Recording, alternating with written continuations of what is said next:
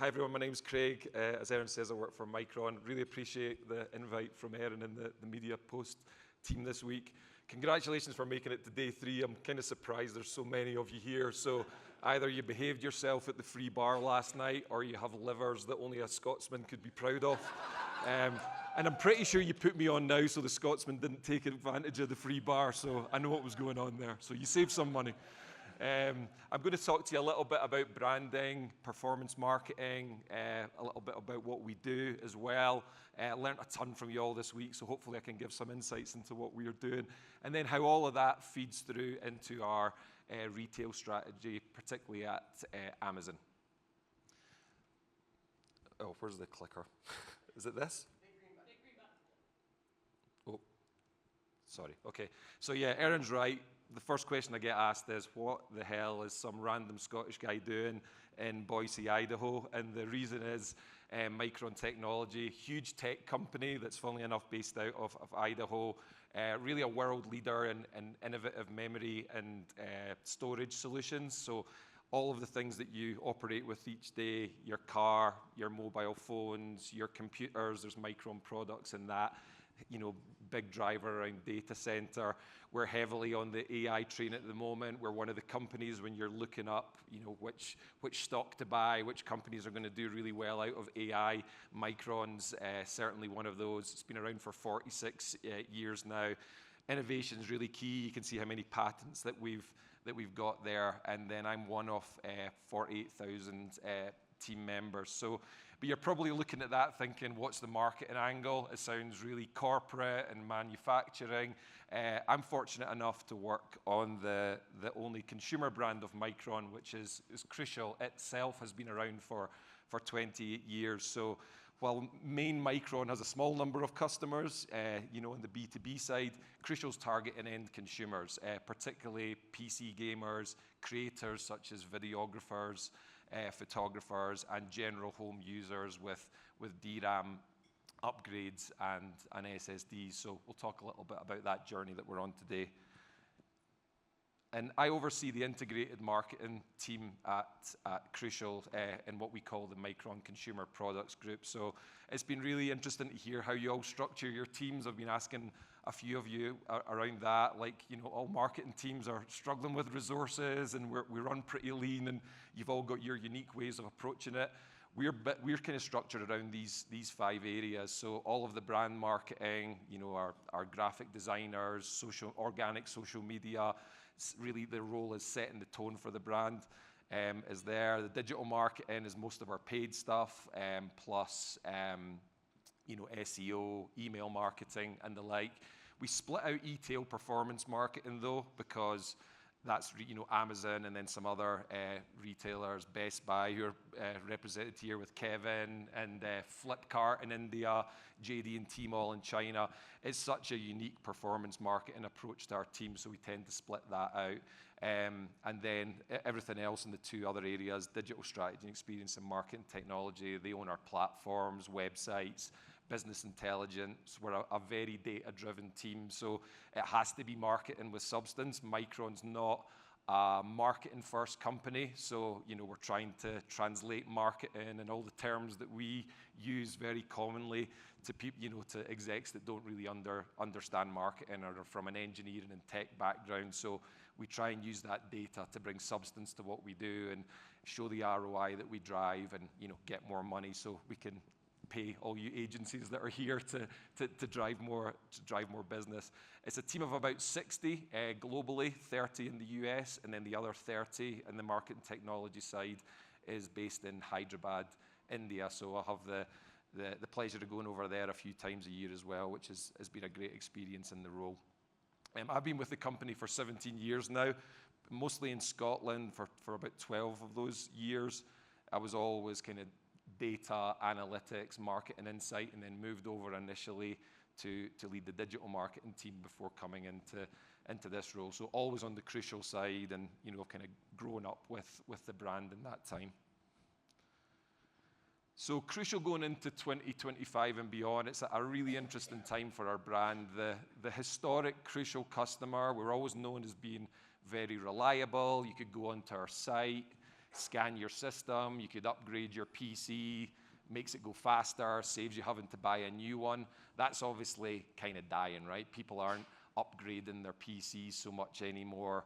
You know, many of the PCs, like the Apple ones, you can't even open them up and upgrade them anymore, right? So the audiences that we're targeting are starting to be very different, right? It is PC gamers, builders, creators that are using these products. So we've gone from this reliable, really solid brand, and now we're having to be a bit edgier, right? Those audiences are younger, their expectations are very different, and we're also up against competitors who are more established than us in those audiences and can offer other products than memory and storage. So really difficult for us to compete. So I'll talk a little bit about the journey we're on with the brand, and then again, how that feeds into Amazon.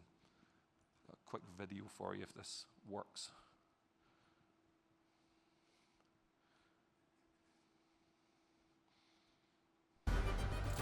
You don't believe the hype, so we stick to performance. You're not buying off the shelf, so we create for the off and running.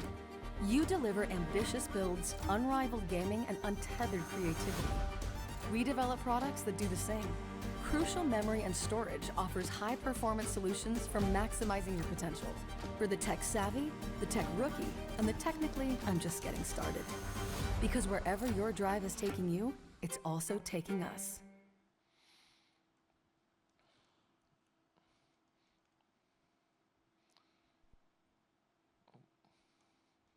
Okay, so that was our recent video that we launched for our new brand. So Micron's completely rebranded recently, and then Crucial's obviously done that as well. Everyone that you see in that video is influencers or ambassadors that we work with, right? So obviously we're in this really competitive space and trying to get a foothold with these new audiences. It's credibility that we need to do for that. So, and that's a mix of different influencers that we'll talk about recently, but in a moment. So our focus at the moment, adding that brand value, allows us to charge more, right?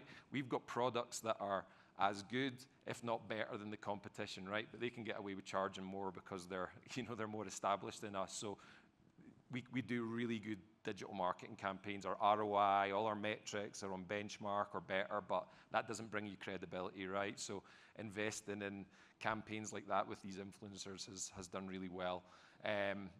Obviously, market share growth's the big focus for us, and being really targeted with all the great agencies we work with and creating best-in-class, consistent digital experiences. So on all our own platforms, through our channel partners, we're really trying to get that same look, feel, and high-quality presence in the market.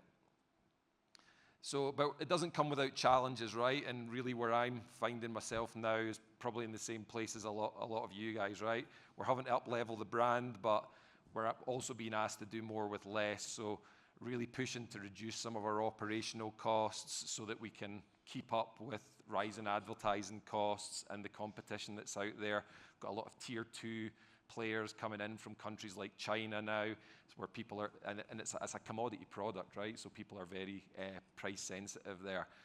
Embracing AI, because it's such a big thing at Micron. They're pushing every team on how we're using that. Obviously, if you're an exec, they're thinking, well, why do you need a bunch of graphic designers, right? You can just do it all in AI. So trying to get them off of that mindset has been one, and looking at more as for efficiency and scale on the branding side, and then obviously attribution modeling, performance marketing that we're doing it.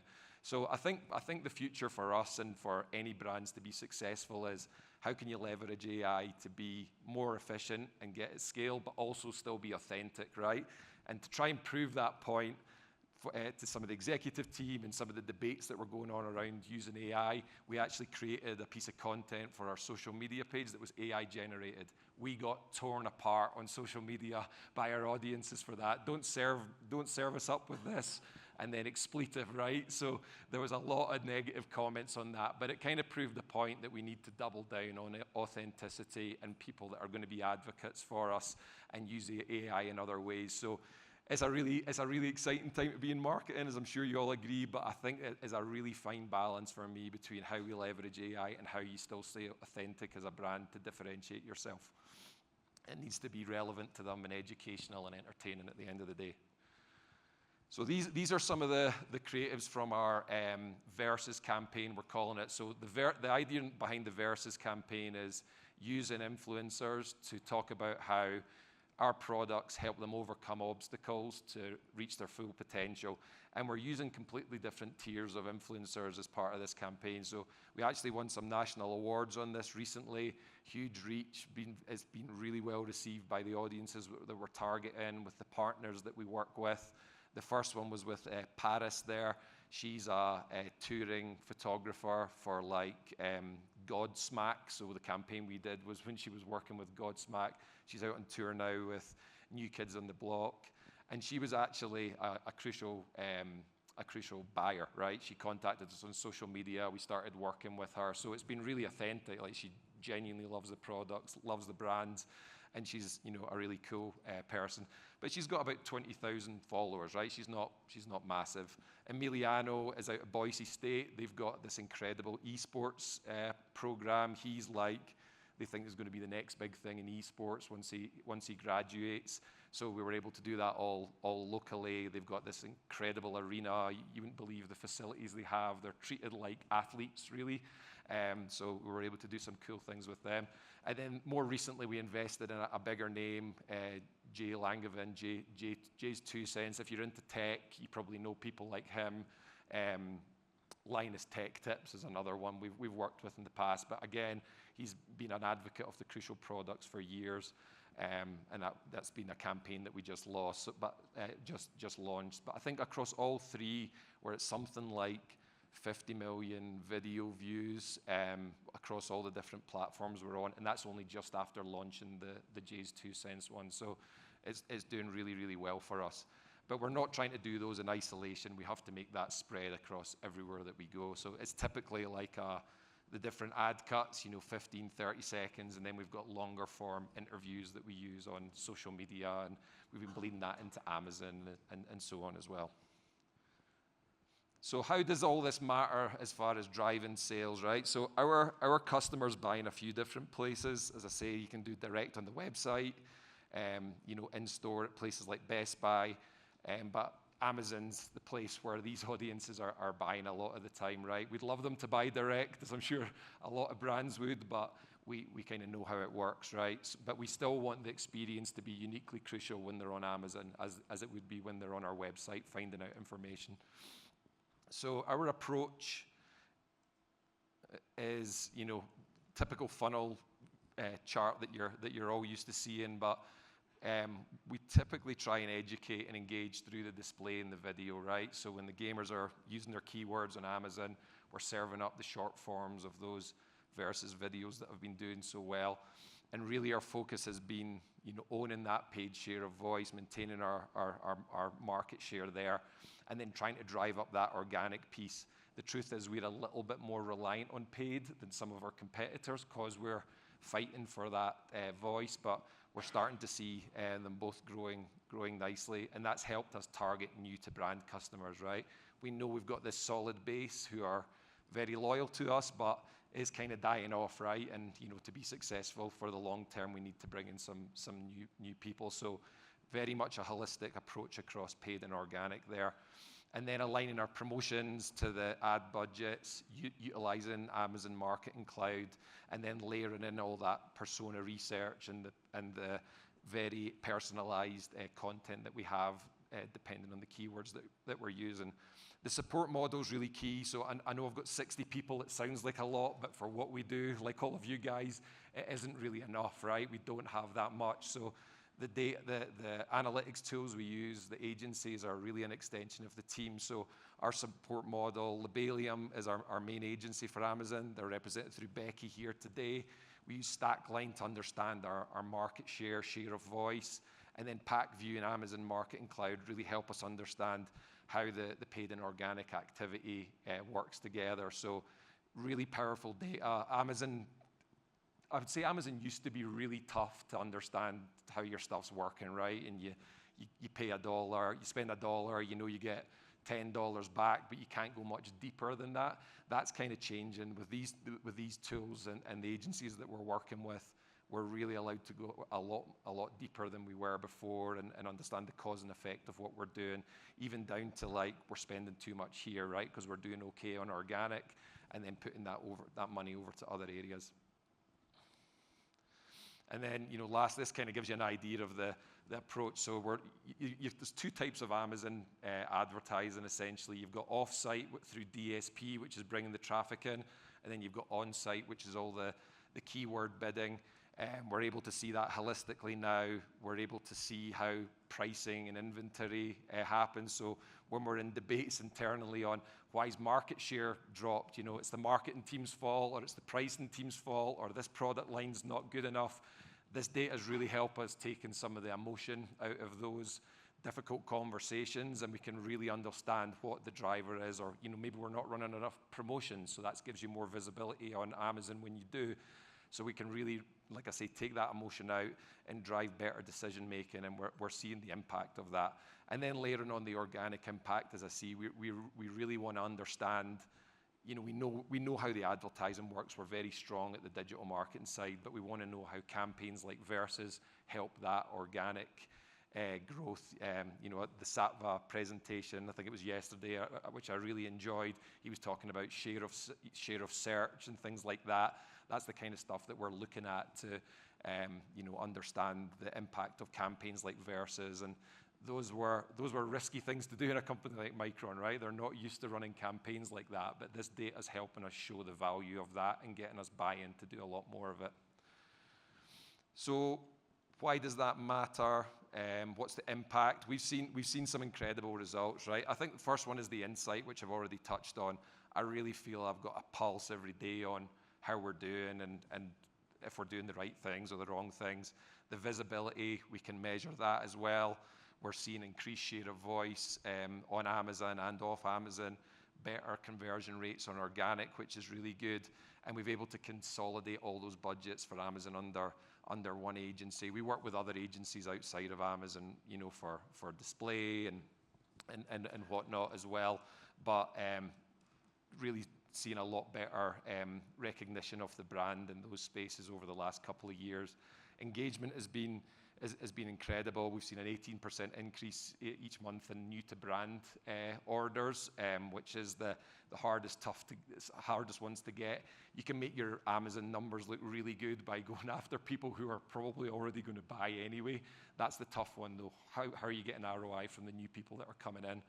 And then over the last few years, our ROAS has improved by 59% and 173% improvement in attributional revenue. So those are huge numbers for us. Even people like the sales team are advocates of us getting more money. They now understand the role of marketing a lot better, and that's helping us, get more investment into some of the things that I touched on earlier. Okay, and that's all I've got. I thought I'd go easy on you, given it's Saturday morning, so go easy on me with the questions.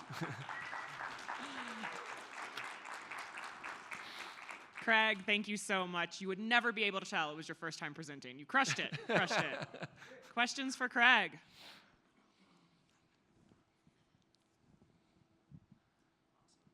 Thank you. Jason, Zillow, great presentation. Your voice sounds as good as mine does right now, so dialed.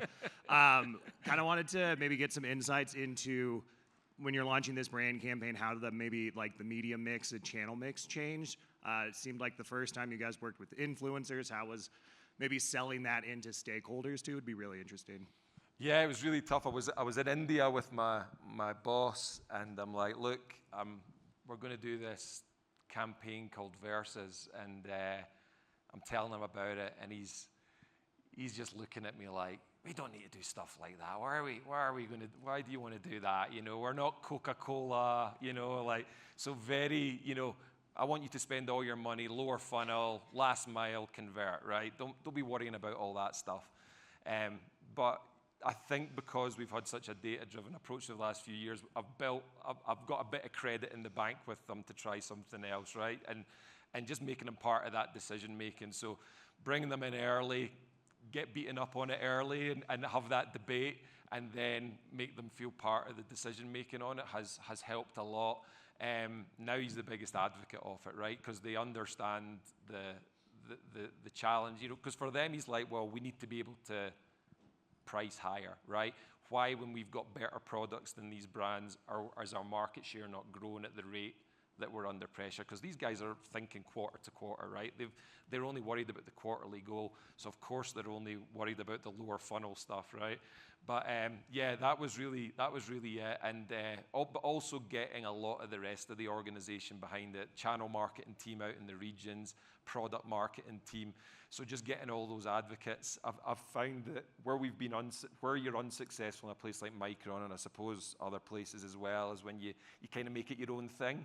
And you want it to be yours, and then you get all the glory when it does well. That doesn't really work for us. I think when a much broader amount of people, when they see it live, they see something where they've had input into it, and it feels like theirs as well. That's got people behind it a bit more, I think. But it was a tough conversation at first, for sure. Now, when you showed him the results, did you resist to have the "I told you so" moment? I was terrified presenting that. We put the Paris video, the Paris and Emiliano ones were the first, and they're like really high quality. Like I say, they won awards. They're fantastic. They would work on TV and things like that, no problem. But I was really nervous. I felt I was putting myself out there. But no, he was good. He still backed it and approved the budget. So in that way, he was part of it too. But no, it was just really nice to see the organization shift and understand that you need to invest in brand as well as advertising. We're very heavily indexed on advertising, but brand was very under-resourced when I came into the role, I felt.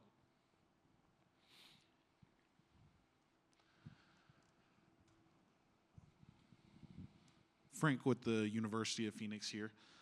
As a self-proclaimed tech enthusiast, I'm just curious, like in your industry, that's like Intel CPUs are crashing out, Asus motherboards don't work, NZXT scamming people. Like there's so much noise that travels so far with like tech enthusiasts, but it's almost always negative.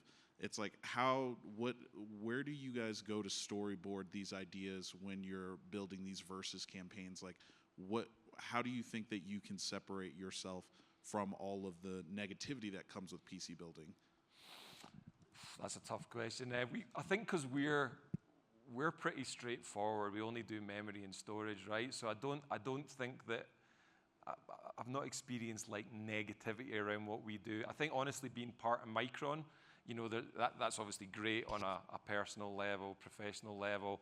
It's good because we get access to really high quality products. So it's generally a very positive message around our products. So that tie-in helps us keep the story positive. So to be honest, I don't think we've found that, but differentiating ourselves is hard, right? As I mentioned, these other brands are more established. They've got headsets for gamers. They've got other stuff that these guys want, and we've just got one or two products for them. So we're still going through that, right? It's things like Versus we're using to try and differentiate ourselves and bring in some of these advocates, making sure that our KPIs and our campaign setup is more targeted than all these brands. We know we're outperforming them on the metrics for what we do, but maybe not on the market share. So we just need to punch above our weight, I think, and be authentic in a way that they're not, and come up with something different. The temptation sometimes is to go, well, what are Samsung doing? What are SanDisk doing? And let's copy that. So I've really kind of pushed back on that mindset and saying, well, why would we try? They're already beating us. They're always going to beat us. They're always going to be bigger brands. So trying to do something different has really been how we separate ourselves. But honestly, we're still going on that journey and figuring it out. I don't think I've got the firm answer. If I do, I'll be a wealthy man, I'm sure. So We've got one more right here. Cool. Thanks, Lars with HP. First and foremost, I've got a good fellow Scotsman in Boise, if you need a drinking buddy. Oh, really? And a There's golfer. two? One more of us. I didn't know. Andy Stewart. I'll set Cool. you Yeah, up that's a with very him. Scottish name, yeah. Yeah. So I'm curious, we're in the same spot. I noticed Crucial, you are selling direct to consumer on your own website, but you're pushing, for certain products, you're pushing links out to some of your channel partners, and then others you're trying to sell direct. How do you balance the advertising and the traffic to your own site versus your channel partners? Yeah, so that's my biggest headache, right? They would love us to grow the direct business more, but it's tough, right? We used to, back in the glory days of people upgrading their PC, Crucial.com did great. They would scan their system with our unique scanning tool, guaranteed compatibility, upgrade. Now people are savvier, right? They go to Amazon, they get it the next day. Sometimes it's cheaper than you can buy it on Crucial.com for various reasons. So the way I try and do it is I try and drive as much traffic to Crucial.com as I can as a start, because that's where we own the journey, we understand how people are behaving, what they're interested in, what they're consuming content-wise and what they're not, and then giving them a path to go where they want to go after that. And then we also try and tie in our Amazon campaigns, like on the DSP side, to what we're doing on, in the digital marketing team for the traffic that's going into to Crucial. And like I say, give people the best path. So that's really the way I see it. When we're trying to drive the hard ROI numbers, Amazon's a great tool to use, but I'm still pretty rigid about if we've got an ad on social media, paid search, all the rest of it, we'll do that, or display, we'll do that by driving it to our own site. I think you control the journey more. Awesome, Craig. Thank you so much for kicking us off this morning.